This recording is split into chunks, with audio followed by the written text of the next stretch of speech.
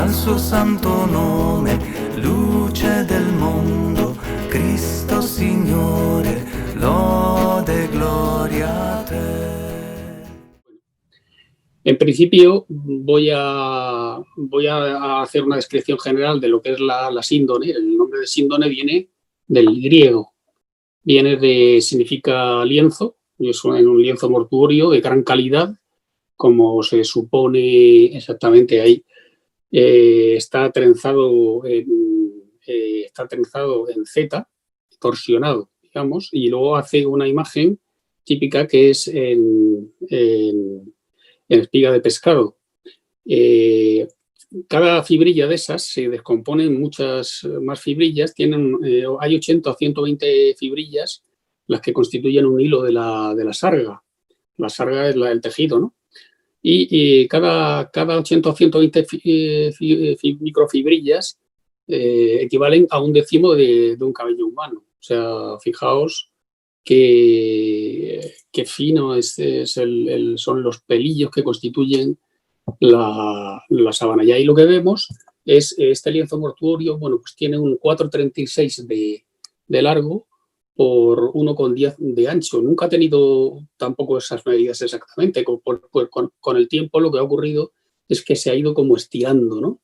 Y se visualiza la imagen frontal y dorsal de un hombre que ha muerto por crucifixión y con las manos sobre su vientre. Entonces vemos exactamente la imagen anterior y la posterior. Y luego se ven también unas imágenes que son signos de reparación de las quemaduras, fundamentalmente las del incendio de 1532 y manchas de sangre. Esas quemaduras se produjeron en el Irey, se produjeron y fueron tremendas y estuvo a punto de crecer la sábana. Bueno, hay que decir que es el objeto arqueológico más estudiado del mundo y es el objeto más estudiado del mundo precisamente por ser de quien es. Si no, no se le habría hecho caso. O por lo menos el caso que se le ha prestado. Se le han hecho más de 60.000 fotografías y por eso tiene esa enorme importancia. Ha sido estudiado por fundamentalmente el tejido en cátedras de textil por Gilbert Ruys, en Bélgica, que es un catedrático de la Universidad de Ghent, y también por Francisco Testore, de la Universidad de Turín. Y este lienzo ellos pues atestiguan y además verifican de que es un lienzo del siglo I, que no puede haber sido hecho en Europa. Además, es un tejido que es típico de la zona sirio-palestina. Y esa imagen sutil, ya os lo adelanto, es tan fina, es que tiene 2 o 3 micras de profundidad. No está formada por pigmento ni por nada, está hecha de nada, está hecha de una deshidratación de la superficie de la celulosa del lino.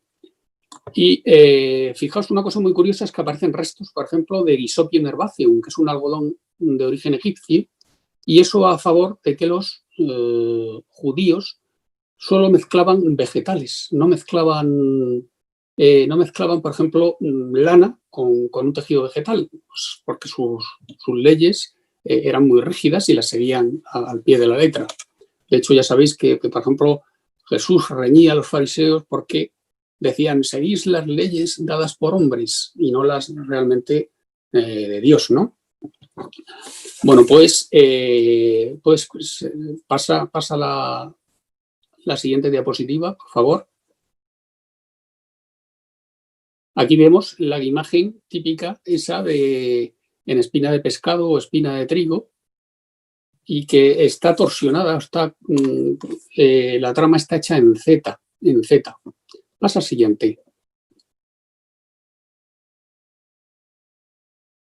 Ahí vemos cómo debió colocarse la síndone, por delante y por detrás. Es muy curioso que existe una imagen, como os he dicho anteriormente, frontal y dorsal del hombre muerto, ¿no? Pero no hay imagen lateral. Es decir, la imagen se ha generado anteroposteriormente, es una proyección ortogonal y o vertical completamente, y donde ha tocado se ha generado imagen, pero donde no ha tocado también se ha generado. Es decir, existe una función ahí matemática sencilla que permite reconstruirla, como veremos posteriormente. Pasa a la siguiente. Y ahí vemos, ese es el rey Akbar de Edesa. ¿Y por qué pongo esto? Porque aquí es cuando se pone, por primera vez se empieza a exponer la cara y la historia, y se le empieza a llamar el mandilión. Mandilión es una palabra que aparece en español también de origen árabe, que significa, no sé si vosotros manejáis la palabra mandil. Mandil es como tela, tejido, ¿no? Y también recibió el nombre de tetradiplón, porque como veremos ahora más adelante estaba doblada en 4. Pues bien, Akbar, el rey de Edesa, hoy es una ciudad turca que se llama Sanli-Urfa, pues este rey pues parecía lepra negra, le llamaban el negro por las lesiones que tenía, ¿no? Y esto fue en los años 40-50, ¿no? Y parece ser que tuvo una correspondencia o se hablaba de que tenía alguna relación con Jesús y que le pidió que alguien fuera o que le trajera o que trajeran algo de él, porque él tenía tanta fe que pensaba que se curaría de su lepra, ¿no? Y así fue. Así fue. Alguien llevó la tela hasta allí y entonces pues se curó. Y entonces su reino pues se convirtió al cristianismo con todos sus súbditos, claro.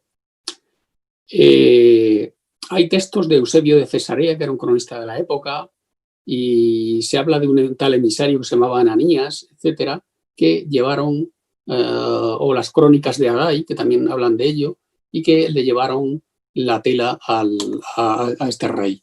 El caso es que este rey, pues cuando murió, ¿qué ocurrió? Que dejó de ser cristiano su hijo y pues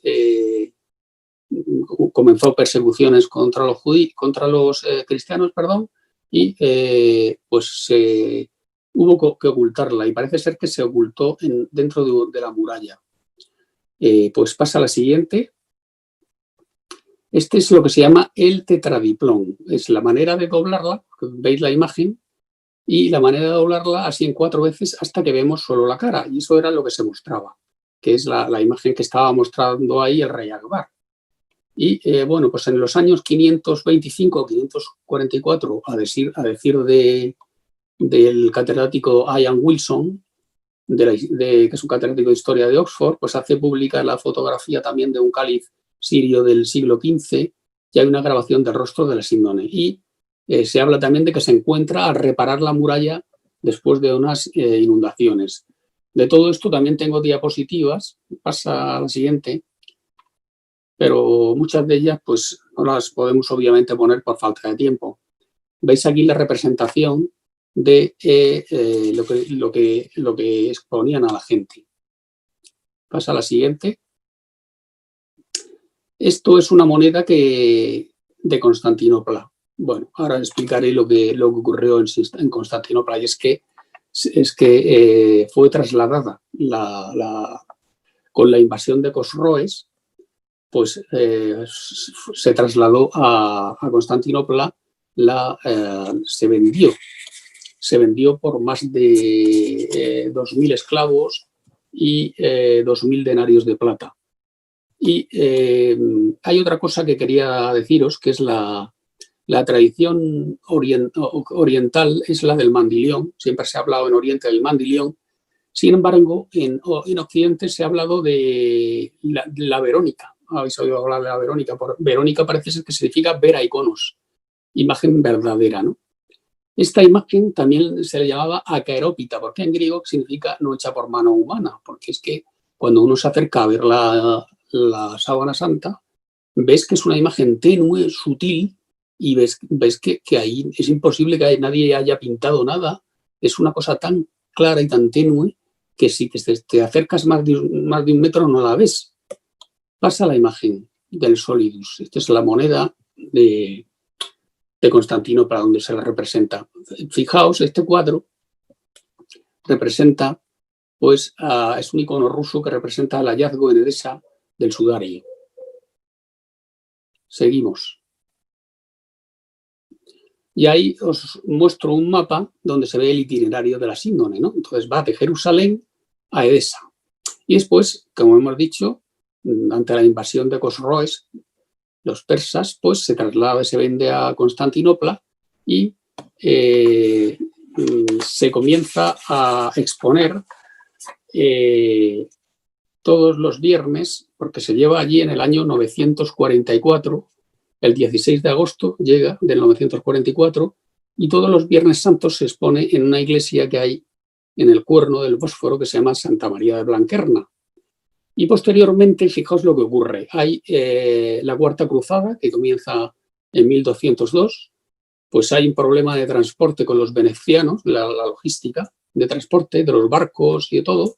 Y el 12 de abril de 1204 hay un saqueo de Constantinopla por los propios cristianos, es decir, por los propios occidentales cruzados, es decir, cristianos saquean a cristianos y aquello desaparece. Hay una cronista que se llama Roeg de Glagy que parece ser que dice que el duque de Atenas, Otón de la Roche, se la ha llevado a Atenas y incluso hay un acta de 1205 de Inocencio III que dice que se devuelva la sábana, ¿no? Y aparece ya en Europa, en Lirey, ¿ves? Arriba, que pone Lirey, en la colegiata de Lirey aparece en 1353. Muy bien, pasa la imagen. Ahora, os he puesto esta imagen porque es una cosa muy curiosa. Esto es una imagen de Cristo del siglo IV. Si yo no lo digo, pues si no veis las imágenes posteriores que os pueden sugerir el cristianismo, o a veces se ponía un pez, el piscine, pues no os imagináis de que es un Cristo. ¿Por qué se le representa así? Porque nadie conocía la cara de Cristo. Los evangelios no hacían referencia para nada a Cristo, a su cara, a su aspecto, a su pelo, a su talla. No hacía referencia a nada.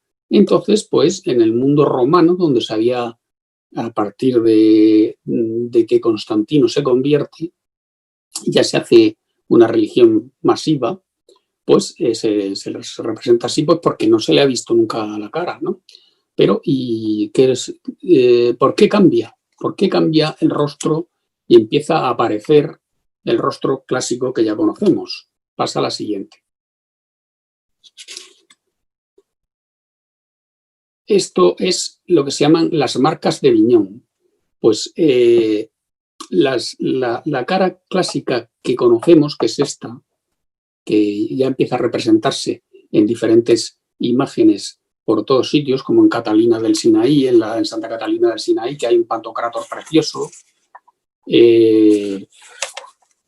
pues empiezan a basarse en que los autores actuales piensan que las imágenes, las exposiciones, las ostensiones que se hacían en Santa María de Blanquerna, pues hacían que la gente, los artistas, vieran esa cara y vieran ese cuerpo, y entonces empiezan a copiar esa cara y empiezan a hacer Cristo es así, y la hacían según un modelo. Entonces hay un anatomista francés que hizo este dibujo, y esto es lo que se llama las marcas de Viñón, y es una cara que tiene, como se llama, ojos de búho, la barba bipartita, la sangre arriba se pone como si fueran dos pelos, ahí sueltos, ¿no?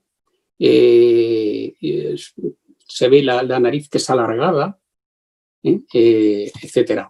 Pasa a la siguiente imagen. Este es un icono de los clásicos que se extienden por todo el mundo oriental, ¿no? Como no os he puesto la imagen de Santa María de Santa Catalina del Sinaí, que realmente es preciosa, pero es muy similar a esta, pero es para que veáis que la cara de Cristo ya se hace digamos, como universal. Es un tipo de cara que ya el arte y la cultura, siempre que lo representen, cuando vemos una cara con ese aspecto, pues sabemos que es Jesucristo, no nos lo tienen que decir, ¿de acuerdo? Entonces, ¿cuándo comienza el verdadero vuelco del estudio de la Sábana Santa? El verdadero vuelco intelectual y científico, pues comienza a partir de 1898. Ha pasado mucho tiempo. Pasa a la siguiente diapositiva y diréis, ¿quién es este? Pues este señor es Secondo Pia y era un abogado turinés de fama conocida, pero en aquella época pues estaba de moda ya empezando la fotografía. Entonces, el arte fotográfico, que era un arte Nobel, pues este hombre comienza hacía fotografías ahí, ¿no? Y bueno, pues como la Sábana Santa era privada, porque no os he contado toda la historia por falta de tiempo, pero pertenecía a la familia de Saboya. ¿Sí? Y todo fue pasando pues a raíz de quien robó, al parecer, la sábana pasa a Godofredo de Charny, Jacques de Molay, después pasa a Margarita de Charny, después esta lo cede a Ana de Lusignano, que se casa con Ludovico de Saboya. Y bueno, el caso es que en 1453 aparece en Chambéry también, en la Saboya francesa. Y en 1983 tengo que deciros que Humberto II de Saboya, que eran los dueños, la familia de Saboya, que eran los reyes de Italia, pues la ceden a Juan Pablo II. Y es porque, como se dice, pasan los papas, pero la Iglesia no pasa. Y bueno, como estaba diciendo, pues esta imagen, este señor, perdón, Secondo Pia, pues le llaman, Humberto II de Saboya le dice, necesito que hagas unas fotografías, que entonces se hacían en placa de cristal, para mi hijo que se casa, Víctor Manuel III, se casa con una princesa de Montenegro, montenegrina, que se llamaba Elena Petrovich Emiogostras, y para inmortalizar de alguna manera esa boda, pues hace fotografías con la sábana al fondo y, bueno, como utiliza la sábana, ¿no? Que nunca se habían hecho fotografías. Pasa la imagen. Él utiliza este Secondo Pia, eso es un negativo fotográfico. ¿Y por qué lo he puesto, el negativo fotográfico? Pues lo he puesto porque mucha gente joven no sabe lo que es un negativo fotográfico. Los que somos ya mayores, perdón, antes teníamos que ir a revelar las fotografías, pero ahora mismo con las cámaras digitales no hace falta revelar. Como veis, hay una inversión de claroscuros, ¿no? Pues lo que se encontró este hombre al hacer la fotografía de la síndrome, pues se encontró que encima se hacían placas de cristal, como os he dicho antes, de 40 a 50 centímetros, y era un auténtico rollo hacer aquello, era una auténtica cosa bastante problemática. Pasa a la siguiente. Esta es la cara, tal y como vemos la imagen cuando nos acercamos, siempre más de 1 metro, como os he dicho. Si no, no podemos verla bien. Bueno, pues, ¿qué pasó cuando hizo la fotografía? Pasa a la siguiente imagen. Que vio esto. Fijaos la enorme diferencia que hay. Es una imagen tremendamente diferente. Es una imagen que lo que muestra es que el negativo fotográfico es realmente el positivo, real. Esa imagen, que era una impronta sutil, tenue, que casi no la veíamos, es en realidad, cuando hacemos el negativo fotográfico, vemos que es el positivo real de la cara. Tiene muchísima más información. Ahí podemos ver, y me voy a centrar, fijaos ese 3 invertido, que es la sangre que cae, toda la sangre que cae de la cabeza y del pelo, porque eso se han hecho ahora otras fotografías con infrarrojos y con ultravioletas, que os enseñaré, y significa que el pelo estaba completamente empapado en sangre, incluso la barba. La barba, en estudios más detallados, parece ser que ha sido arrancada a tirones. Si veis en la zona maxilar malar suborbitaria derecha, está contundida, inflamada, igual que la nariz, que es una nariz alargada, se ve como hinchada, pero hinchada, y eso va de acuerdo todo a los evangelios, que dicen que ante Anás y Caifás se le dio un bastonazo en la cara, se le golpeó, se le escupió y se le tiró de la barba, o sea, se le mesó la barba, ¿no? Es decir, todo encaja con los evangelios. No en vano, Juan Pablo II decía que era el quinto evangelio. Pasa la siguiente. Ahí vemos que la culpa de esos sangrados son el casquete de espinas que llevaba en la cabeza, porque no se puso una corona a la sazón como las que se ponen actualmente o las que vemos, ¿no?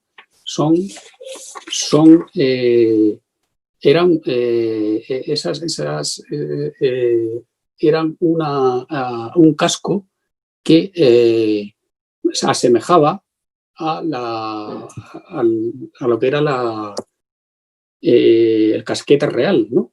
Y esa es la forma que tenían en los casquetes reales, en la forma oriental, no en la europea. La europea era una cinta que rodeaba la cabeza, ¿no? Como las coronas de los reyes occidentales de Europa, ¿no?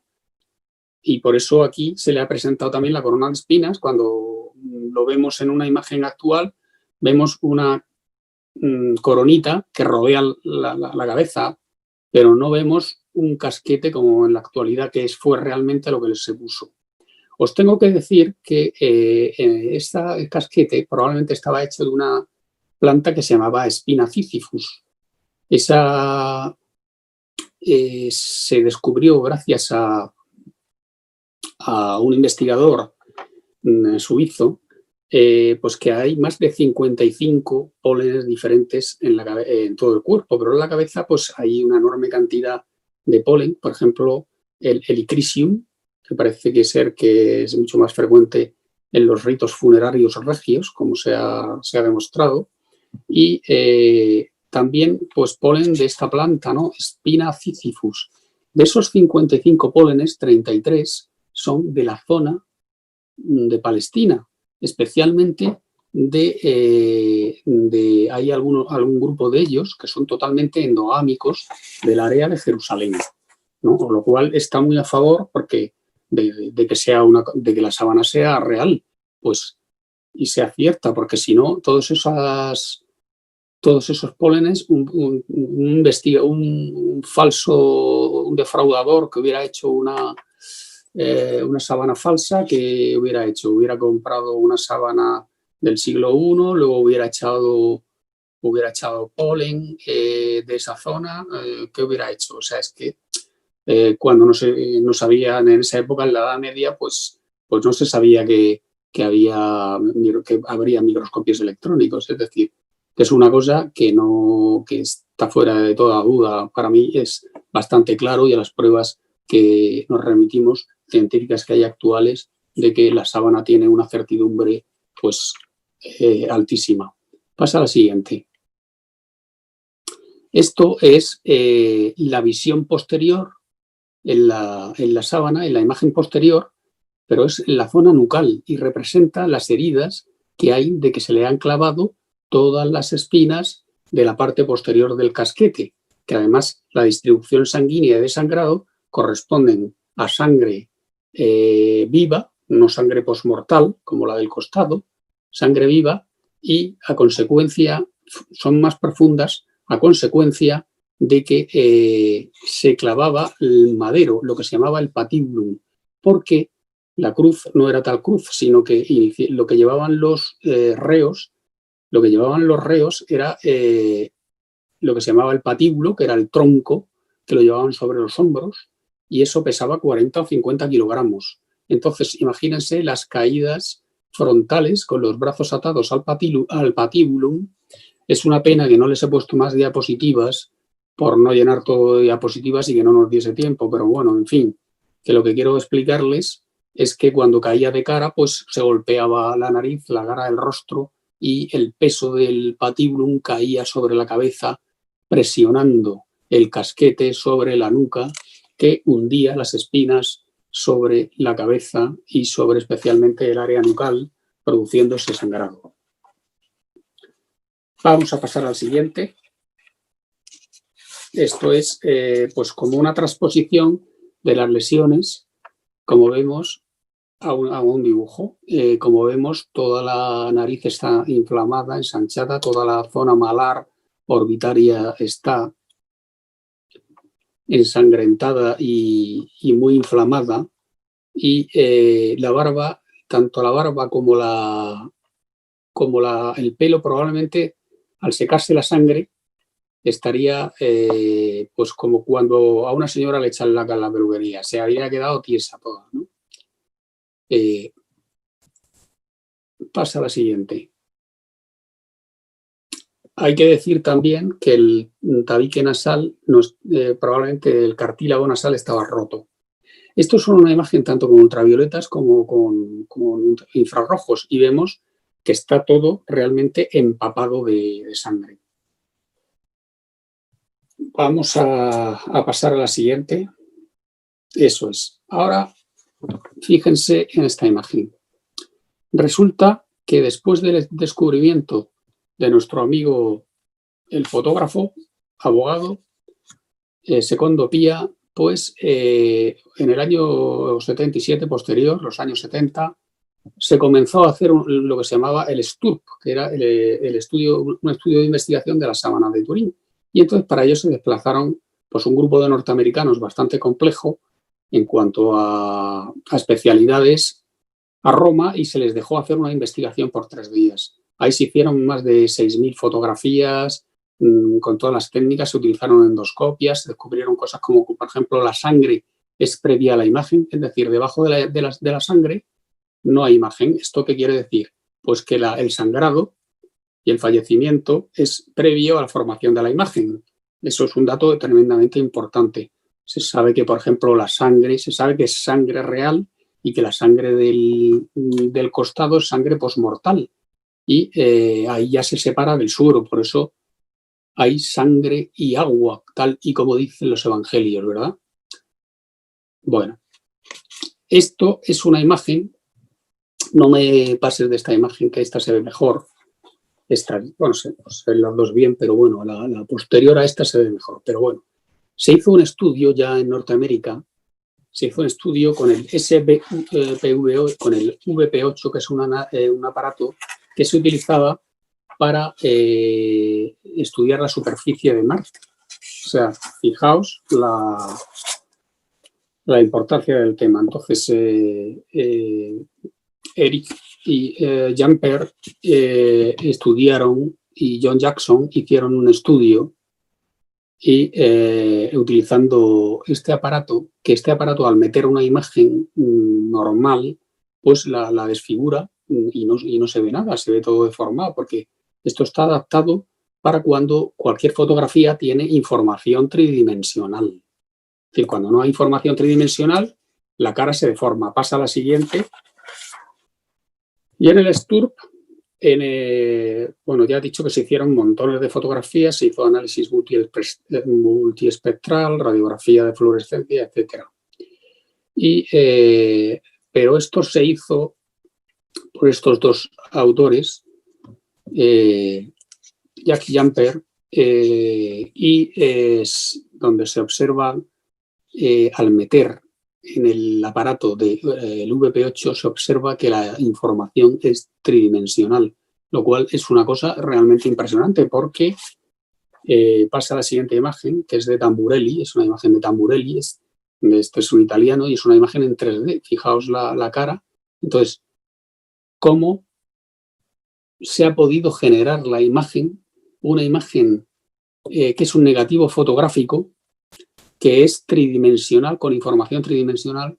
¿Cómo se ha podido hacer eso? Además, solo sale la parte anterior de la imagen del hombre y la parte posterior. Perdón, imaginaos que se hubiera generado por algún tipo de vapor, que hubiera soltado. Hay muchas teorías que no me da tiempo aquí a poner diapositivas. Por ejemplo, la teoría vaporigráfica. Pues imaginaos que fuera que en la sábana, que la tenía pegada a la cara y a los laterales, se hubiera impregnado. Pues hubieran salido imágenes laterales también del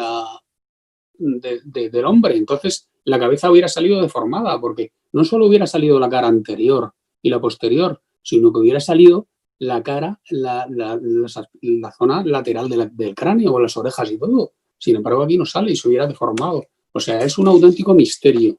Y es una imagen, se habla fundamentalmente, entre todas las teorías, que probablemente sea un tipo de radiación que fue como un fogonazo que generó esa imagen tridimensional y con tal pormenorización.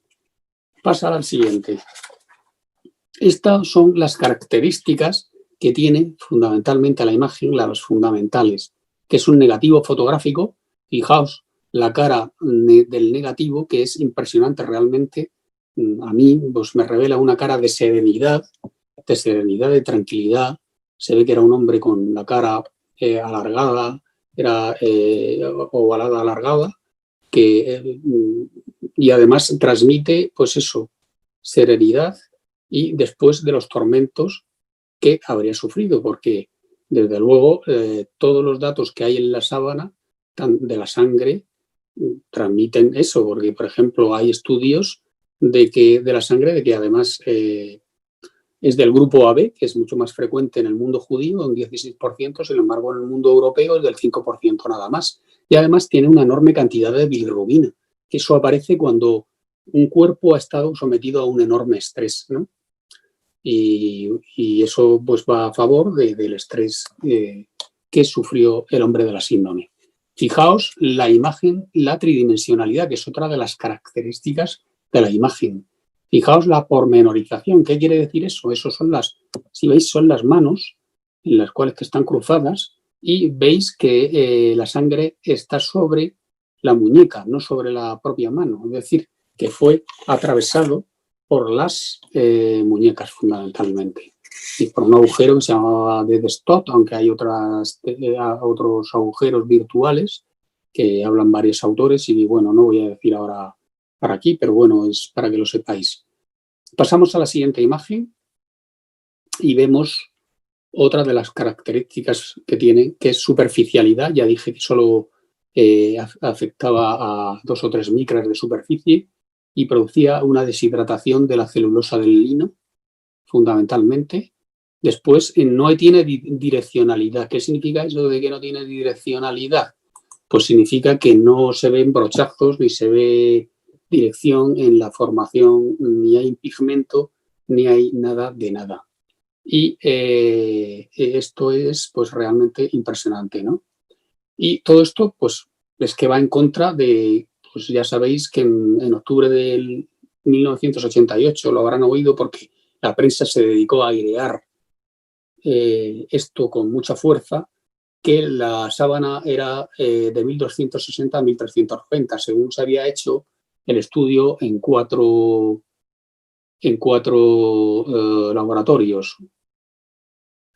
Bueno, pues está claro que de los 4 laboratorios, bueno, no era de los 3 laboratorios, perdón, porque 2 trozos se le dieron a Arizona, ¿no?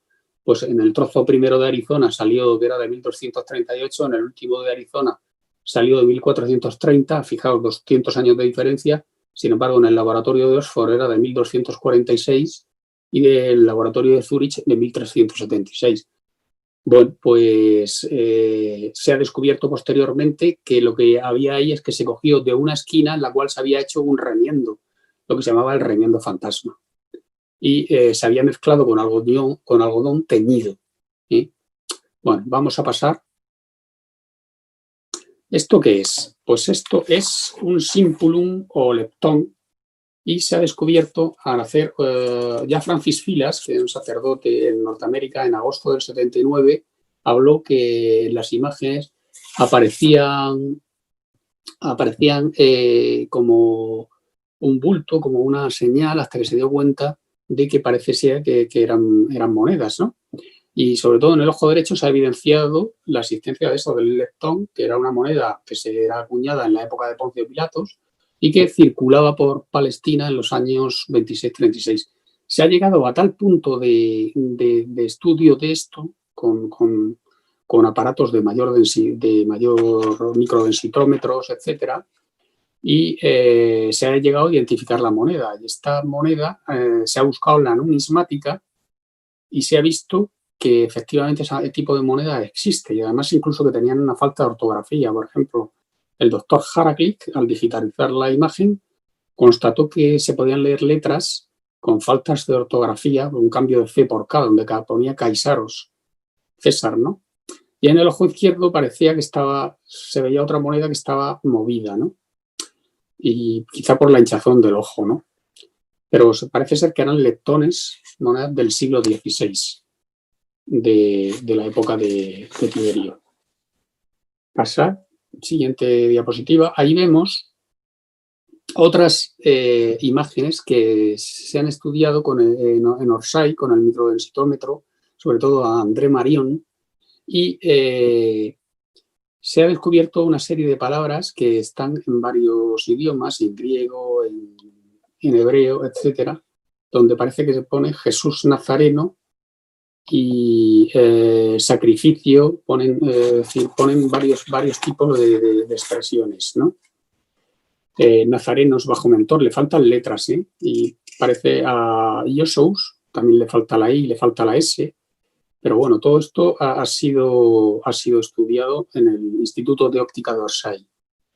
¿Y qué origen tiene esto? Pues parece ser que es que cuando cogieron a Jesucristo, al Señor, pues como era un ajusticiado, la orden era echarlo a un campo común donde se echaban todos los cadáveres. Y al año en ese enterramiento común se sacaba el cadáver y la única manera de identificarlo, porque ya estaba esqueletizado, solo quedaban los huesos, pues lo identificaban por una serie de cintas que se le ponían con tinta, que se ponían junto a la cabeza y donde se le identificaba así, pone Jesús Nazareno, ajusticiado y tal. Bueno, pues como al final, gracias a José de Arimatea, se entierra en sus sepulcros, pero a pesar de eso se le pone esto, quizá porque también José de Arimatea, pues como tenía espacio, pues iba a enterrar también a familiares suyos, y para que no hubiera ninguna confusión, se piensa que se le pusieron estas tiras, y esas tiras han debido transmitir o han debido dejar de alguna marca, de algún tipo, de esa forma, no se sabe cómo se ha transmitido, a la tela. Pasamos la imagen. Esta es una imagen de la cara que es de una reconstrucción realmente impresionante que ha hecho el profesor Miñarro, que es de aquí de España. El profesor Miñarro pertenece al Centro Español de Sindonología, que está en Valencia y cuyo director es el Jorge Manuel Rodríguez Almenar, que es el presidente. Y aprovecho para hablar de que, bueno, pues este señor es catedrático de escultura en Sevilla y se dedicó durante más de 2-3 años a, con los estudios de las imágenes, generar una imagen tridimensional lo más parecida posible a la cara que debió tener el hombre de la síndone. Y ahí vemos perfectamente cómo está, pues, la cara del hombre muerto, una cara serena, con una tumefacción importante en el frontal, en la frente, donde se ve la sangre que forma el 3 invertido, donde vemos todo el ojo tumefacto alrededor, con toda el área superficial, suborbitaria inflamada, y la cara y la zona malar, y toda la barba y el pelo lleno de sangre. Es una imagen realmente impresionante. Pero el reto más grande también era identificar o generar o mostrar cómo debía ser la cara de Jesús normal, sin lesiones. Entonces pasa la siguiente imagen. Entonces esta es la imagen que ha obtenido el profesor Miñarro basándose en la síndone, el negativo y en las imágenes tridimensionales. Sería una imagen anterior, en el cual vemos la barba bipartita, la nariz larga, la cara que es rectangular ovalada y el pelo tal y como se llevaba en la época. Vamos a pasar a la siguiente imagen. Ahí esta foto ya la hice yo en un congreso en Valencia. Vamos a pasar para ver la imagen lateral. Como no tenemos imágenes laterales de la sábana, pues el autor lo que ha hecho ha sido dejar correr un poquito su imaginación, y ha hecho unos tirabuzones ahí, pues más que como más o menos se tiene información de que podían ir los judíos de la época, ¿no? Y en la lateral y en la posterior, pasa la siguiente, vemos pues una cola que de igual modo pues la ha improvisado, es decir, pues esto debía ser así. Vamos, lo ha dejado un poquito a su imaginación. Ahora vamos a pasar para terminar, ya que nos queda muy poco tiempo, a una imagen que les he puesto que es realmente impresionante para que tengan una imagen de cómo estaba el cuerpo realmente. De esta imagen la ha hecho el profesor Miñarro después de hacer un estudio completo de toda la anatomía y obtener más o menos cómo estaba. Y como vemos, está flexionado. Fíjense que hay un espejo debajo en el cual se ven todas las múltiples lesiones. Había más de 630 lesiones y las lesiones de latigazos estaban por todo el cuerpo, incluso en los genitales, menos en la cara. En la cara lo que estaban eran los golpes contundidos, las contusiones y las inflamaciones propias de los bastonazos y de los puñetazos. Todo el pelo estaba empapado en sangre, como les he dicho antes, como si fuera laca desjonante de una pieza, y por eso se quedó tieso, se quedó... ¿Y por qué estaba así? Porque estaba así porque es, como sabéis, que era la Parasteve que era el día antes al Sabbat, que era el día de descanso, y ellos empezaba la noche antes, es decir, cuando ya no se podía distinguir un hilo blanco de un hilo negro, era cuando comenzaba la época de descanso, es decir, el periodo del Sabbat, y ahí no se podía hacer nada. Entonces, lo que hizo fue llevarlo corriendo, a enterrarlo como se pudo, y tuvieron que desclavarlo de mala manera, y como los cuerpos digamos que se contraen, se produce el rigor mortis antes, cuanto más agotamiento ha habido de la musculatura por el déficit de glucógeno en los músculos, se produce la rigidez mucho antes. Yo siempre cuento en las charlas que hace muchos años vi un ciclista que le habían atropellado y le habían matado enfrente de mi hospital y lo pasaron a urgencias, y cuando lo vi ya estaba rígido ya, y habían pasado 15 minutos o 10 minutos desde que lo trajeron. Y hubo que apretar los brazos y recomponérselos para poder meterlo en la caja. O sea, que como debió pasar aquí, tuvieron que apretar los brazos y ponérselos delante, y las piernas no pudieron bajarlas porque estaba rígido ya, estaba rígido, y el rigor mortis pues había hecho presencia de una manera muy fuerte debido al agotamiento muscular, y esa era la imagen que aparece. Pero esto nos hace pensar en una cosa también muy importante. La imagen que aparece es una imagen en rigor mortis. ¿Qué quiere decir esto? Que la imagen se generó, como se generase, se generaría tal vez por una radiación, no lo sabemos, una radiación ortogonal que dio lugar a esa imagen, y apareció cuando el hombre de la síndrome estaba en rigor mortis. Es decir, durante las primeras horas el rigor mortis puede aparecer entre media hora, una hora, y después ya desaparece cuando han pasado bastantes horas.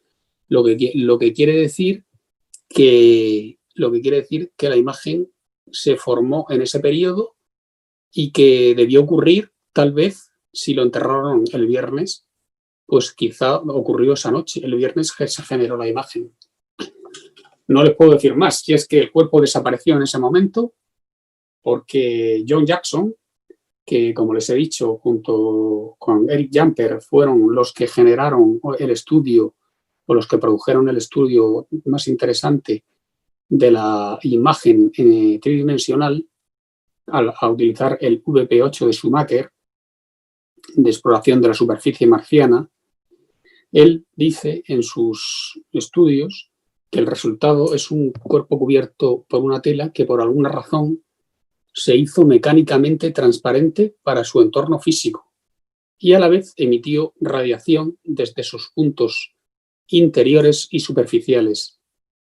Y dice también que esa radiación fue absorbida por el aire, y cuando la parte superior de la sábana de la síndrome cayó dentro del cuerpo, observen lo que digo, escuchen, cayó dentro del cuerpo, porque el cuerpo se hizo mecánicamente transparente, es decir, la sábana atravesó el cuerpo y al mismo tiempo que la sábana atravesaba el cuerpo, la radiación empezó a actuar sobre la tela para producir una grabación integrada durante el tiempo de paso de la tela pues a través del cuerpo. Todo esto está publicado, tiene la biografía de John Jackson en el boletín de Shroud Spectrum International. Pues hay un artículo que se llama Correlation of Image Intensity of the Turing Shroud with 3D Structure. Y aquí explica todo esto, ¿no? De todas maneras, pase en la siguiente y última diapositiva. En esa página en inglés que ven Shroud significa, en inglés, la síndone, shroud.com, pueden encontrarla, tiene partes que están en español para el público hispano y hay otras partes que están en inglés.